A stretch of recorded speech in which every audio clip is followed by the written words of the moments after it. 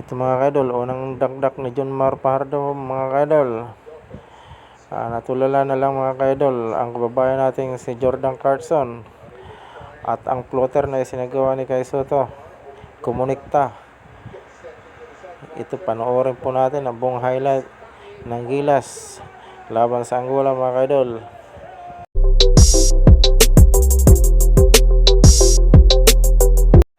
At ito pa mga kaidol, ang hook shot ni Kai Sotto at ang dakdak ni AJ Edo mga kaidol.